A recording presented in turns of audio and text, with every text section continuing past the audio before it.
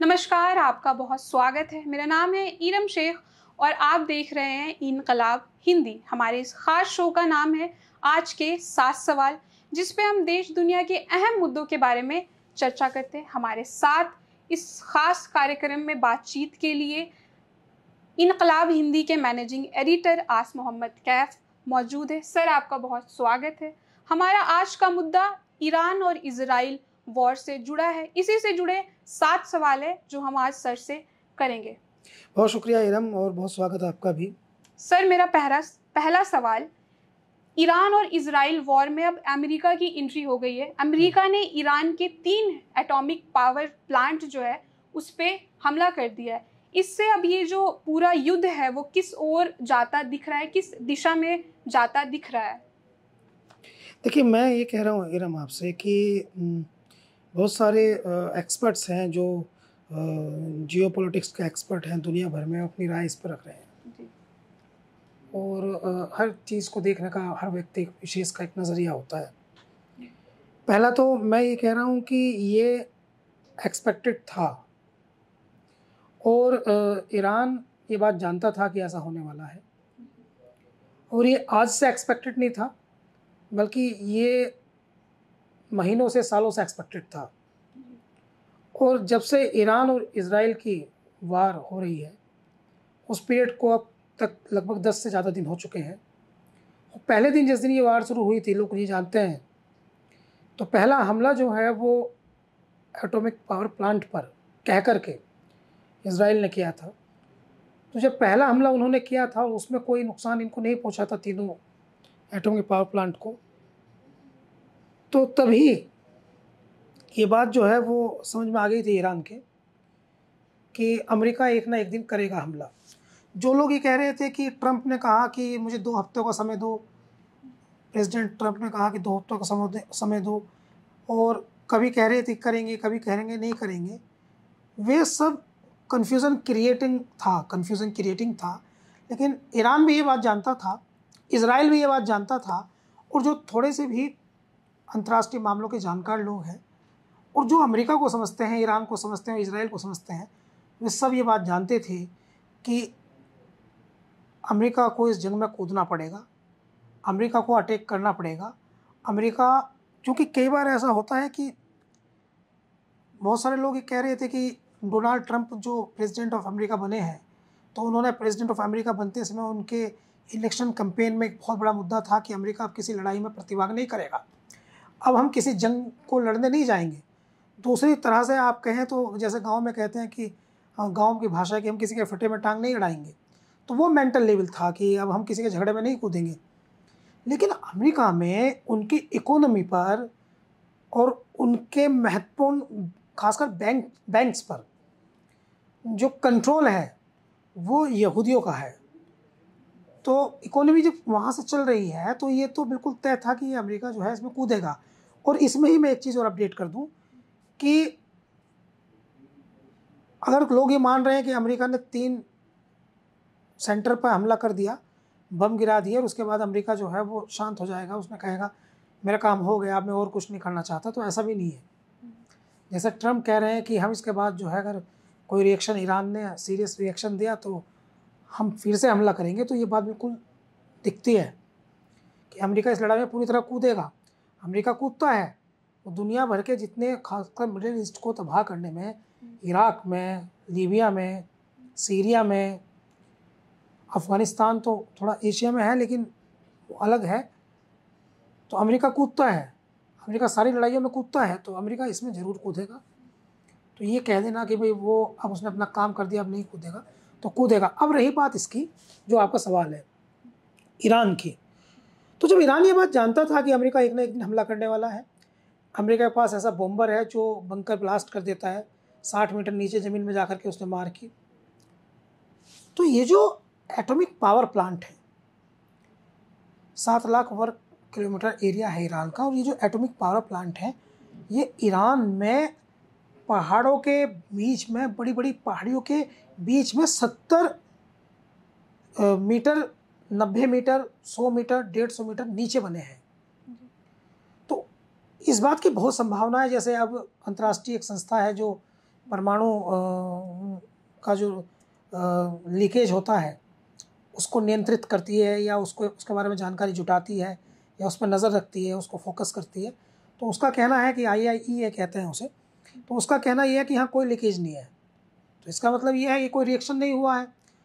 और इसका ये भी मतलब है जो ईरान ने कहा है कि इन्होंने हमला किया ज़रूर, लेकिन हमने पहले ही वहाँ से अपने प्लांट को कहीं और दूसरी जगह शिफ्ट कर दिया था। तो इस बात की संभावना भी है शिफ्ट कर दिया हो। और जिस प्रकार से प्रेसिडेंट ट्रंप जो US के प्रेसिडेंट हैं, उनकी इमेज है, जिस दिन से वो प्रेसिडेंट बने हैं, सुबह कुछ कहते हैं, शाम को कुछ, दोपहर में कुछ होता है।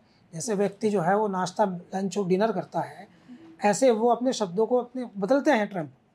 तो इस बात की संभावना बहुत कम है कि वो सच बोल रहे होंगे। अटैक तो किया अमेरिका ने, मजबूत अटैक किया, लेकिन उसका नुकसान कितना पहुंचा ईरान को, ये एक अलग विषय है। सर, इसी पे मेरा दूसरा सवाल है कि एक तरफ जहाँ पे ट्रंप ये दावा कर रहे हैं कि जो उन्होंने हमला किया उससे तबाह हो गया जो ईरान का जो न्यूक्लियर साइट था, वहीं दूसरी ओर ईरान का ये दावा करना कि उस हमले से उसको ज़्यादा नुकसान नहीं पहुंचा है। तो इसका क्लैरिटी क्या है? दोनों अपने अपने दावे कर रहे हैं, दोनों मुल्क। हाँ, ये मैंने भी आपको बताया ना कि एक संस्था है जो निगरानी करती है, जिसका काम होता है लीकेज कहीं होता है न्यूक्लियर प्लांट में, तो उसका काम होता है उस लीकेज का अध्ययन करना, रिसर्च करना, और रिसर्च करके दुनिया को बताना। एक अंतर्राष्ट्रीय संस्था है। तो संस्था ने ये जांच करके बताया है कि कोई लीकेज के प्रमाण नहीं मिले हैं, एक बात। और दूसरी बात ये है कि जब हमला किया अमेरिका में, तो बहुत ज़्यादा ईरान में इस बात का, अगर मान लो 20 साल से, 2001 से कह रहा है अमेरिका कि इनके पास यह परमाणु बम बनाने के करीब है, तो अगर उनका परमाणु बम बनाने का प्लांट नष्ट हो गया, तो जिस तरह की रिएक्शन, हड़बा दड़बी जिसको कहते हैं गांव के लोग, कह रहे साहब वो तो रिएक्शन या विचलित होना, ये सब ईरान में होना चाहिए था। उतना विचलित ईरान हुआ नहीं। जितना बड़ा नुकसान हो जाता तो ईरान का तो पागलपन का उसको वो आ जाता, और वो अंधाधुंध जो है इधर उधर फायर करने लगता। जो मिसाइल वो इजराइल मार रहा है वो 4 अमेरिका मारता, 4 इधर मारता, 4 उधर मारता। मिलिट्री बेस जो अमेरिका के 853 बेस है जो आसपास में, ईरान के आसपास में भी हैं भी बेस, वहाँ मारता। लेकिन वो तो ईरान ने किया नहीं। तो इसका मतलब ये है कि जो नुकसान है वो जितना प्रचार किया जा रहा है उतना हुआ नहीं। ये डिप्लोमेसी का आधार पे और एक गहराई की से सोचने से दिखता है कि शोर तो है मगर नुकसान कम है। सर, मेरा तीसरा सवाल, ईरान ने हमले के बाद से जो उसका स्टेट ऑफ हार्मोज है, जो बंदरगाह है, उसको बंद कर दिया है। इससे अब पूरी दुनिया पे क्या असर पड़ने वाला है? देखिए, एक्चुअली ये स्टेट ऑफ हार्मोज जो है ये क्या है मैं आपको बताता हूँ। बहुत अच्छा सवाल भी है, बड़ा इम्पोर्टेंट सवाल भी है। ये है नई लड़ाई एक्चुअली। अभी मिसाइल जो मार रहे थे वो लड़ाई जो है वो आप सब देख रहे हैं। ईरान ने जो है 600 से ज़्यादा मिसाइल मार दी। कल 40 मारी थी, सुबह 22 मारी, फिर 5 मारी, फिर बढ़ाते बढ़ाते 40 कर दी। तो मिसाइल का जो नया पावर ईरान का देखा है दुनिया ने, ये स्टेट ऑफ हार्मोज जो है इस लड़ाई का नेक्स्ट अपडेशन है। मतलब दूसरे सेक्शन में अब ये लड़ाई आ चुकी है। पहली लड़ाई है मिसाइल वाली। अब वहाँ दुनिया ने देख लिया कि इजराइल को कैसे डिस्टर्ब किया ईरान ने।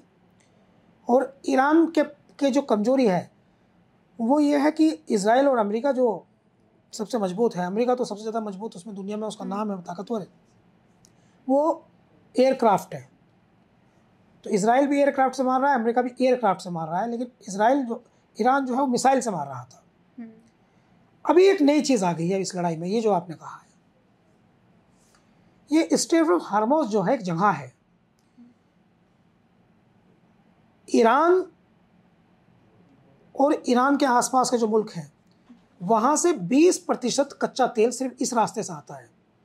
ये आपको प्रैक्टिकली मैप पे समझना होगा, लेकिन मैं आपको ऐसा समझाता हूँ कि दुनिया भर में जो तेल की सप्लाई होती है जो वो समुद्र के रास्ते से होती है। बड़े बड़े कार्गो शिप जो हैं वो तेल लेकर आते हैं और 2 करोड़ कितना बताते हैं, 2 करोड़ से ज़्यादा गुजरते हैं वहाँ से तेल, कच्चा तेल। तो बैरल क्या गुजरते हैं, और इतने विमान वो पानी वाले पानी के जहाज़ वो तेल लेके गुजरते हैं। तो जिस जगह से गुजरते हैं वो अरब सागर में प्रवेश करते हैं, और जिस जगह से गुजरते हैं उसे फारस की खाड़ी कहते हैं। और वो जगह स्टेट ऑफ हार्मोज है, उसका नाम है हार्मोज जल डमरू मध्य, ये उसकी भाषा है। हिंदी में कहते हैं हार्मोज जल डमरू मध्य, उस जगह का नाम है। आप ऐसे मानिए जैसे एक पीछे से लेकर के आ रहे हो, पानी मतलब रास्ता बना के ला रहा हो, समुद्र रास्ता बना के ला रहा हो, और बीच में पहाड़ियों के बीच में कम रास्ता बच जाए। वो तो कम रास्ता जो बचा हुआ है वो 33 किलोमीटर है, 33 बहुत कम होता है ये। और इतना कम होता है कि उस 33 किलोमीटर में कार्गो शिप जो है वो बड़ी संख्या में नहीं निकल सकते, क्योंकि कार्गो शिप भी बड़ी लंबाई में होता है, बड़ी चौड़ाई में होता है, और फिर उसका भी अपना एक साइंस होता है। उसको अगर आप पढ़ेंगी नेवी को, तो वहाँ से उस रास्ते को, वो टेरिटरी है उस रास्ते में बहुत बड़ा हिस्सा ईरान की, ईरान को राइट है, ईरान का बहुत बड़ा हिस्सा उसमें से टेरिटरी है। तो ईरान ने वहाँ अपनी नेवी लगा दी है और उस रास्ते को बंद करने का निर्णय लिया है। ईरान की सदन में ये बात पास हुई है, ईरान की सदन में ये बात पास हुई है कि इस रास्ते को बंद कर दो। और बंद करने से क्या होगा कि ये लड़ाई का एक तरीका है, दुनिया प्रभावित होगी इस बात से। तेल के दाम अचानक से बढ़ जाएंगे, पेट्रोल बहुत महंगा हो जाएगा। पेट्रोल महंगा होगा तो दुनिया भर में जो सामान आता जाता है, ज़रूरत का सामान जो आता जाता है, राशन है या दूसरी तमाम चीज़ें हैं, बिज़नेस से जुड़ी हुई तमाम चीज़ें दुनिया में आती जाती है, एक जगह से दूसरी जगह आती जाती है, वे सब महंगी हो जाएंगी। और जो देश 20% तेल सिर्फ वहाँ से आता है, और जो देश इससे प्रभावित होंगे वो उनमें भारत भी है। सर, इसी पे मेरा अगला सवाल कि जो तमाम मुस्लिम देश हैं, मिडिल ईस्ट हो गया, मुस्लिम देश हो गए, वो निंदा तो कर रहे हैं सामने से, लेकिन कोई एक्शन नहीं ले पा रहे हैं। तो इसके पीछे का क्या वजह आप मानते हैं? देखो, ये जो मुसलमानों के 56 देश हैं, इन्होंने पिछले कुछ समय से, ये बहुत बड़ा सवाल है, ये बिग क्वेश्चन है, और इस पर बहुत मुस्लिम मामलों के विशेषज्ञ घंटों बोल सकते हैं, और इतना समय हमारे पास है नहीं, लेकिन मैं आपको 2 मिनट में एक बहुत महत्वपूर्ण बात बताता हूँ।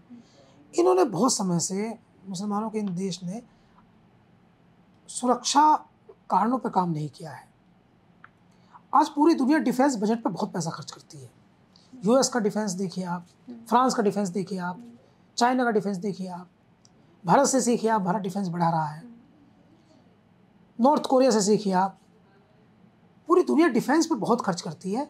और जो मुसलमानों के देश हैं, इन्होंने विलासत की यहाँ लिविंग जो है वो लग्जरी हो गई है, और ये इस बात को नहीं समझ पा रहे कि अब डिफेंस की कितनी वैल्यूज़ है।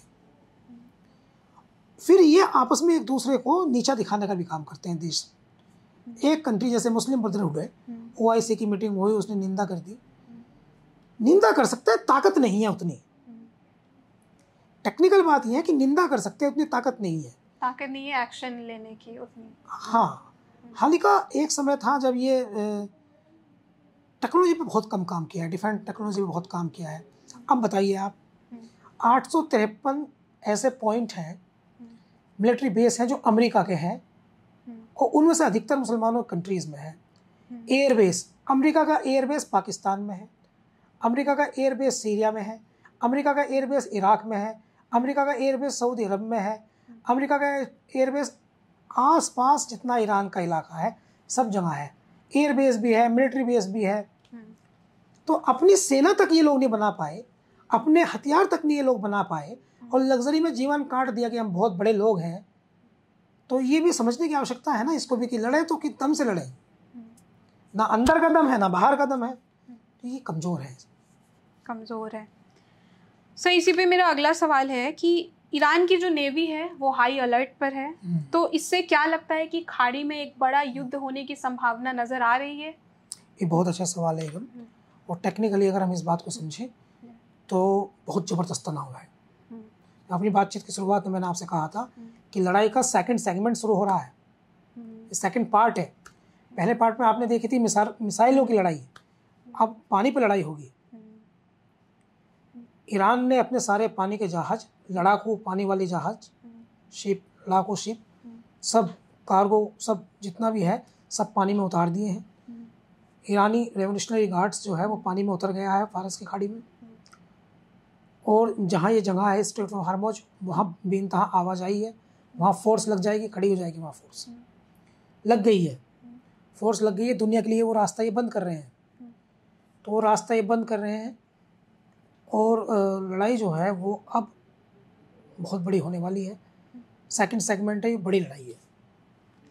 सर इसी पे मेरा आखिरी सवाल है कि ईरान और इजराइल के इस युद्ध से उसके बाद ईरान ने जो स्टेट ऑफ हार्मोज है उसको बंद कर दिया, इससे भारत को क्या इफेक्ट होने वाला है? भारत को इससे क्या नुकसान पहुंचने वाला है? नुकसान तो पहुंचेगा। हालांकि भारत का रोल जो है इस लड़ाई में कुछ है नहीं। भारत इजराइल से भी अच्छे संबंध है, ईरान से भी अच्छे संबंध है, तो भारत तो दोनों से बात करके यही कह सकता है कि किसी के दो दोस्त लड़ें तो क्या कहेगा वो? यही कहेगा भाई आप लोग आपस में सुलह कर लो। तो भारत का तो यही रोल है कि भारत ये कह रहा है कि आप आपस में सुलह कर लो। लेकिन नुकसान ये है कि भारत जो है वो अपने कच्चे तेल का बहुत अधिक प्रतिशत वो कतर से, ओमान से, ईरान से लेता है। 85% मान सकते हैं उसे, लगभग सारा तेल। और ये रास्ता हो जाएगा बंद, यहाँ जंग हो गई, मान लो 2 महीने जंग हो गई, तो भारत में तेल जो है वो 2 गुना 3 गुना हो जाएगा। और जब तेल 2 गुना 3 गुना हो जाए तो पूरा ट्रांसपोर्ट महंगा हो जाएगा।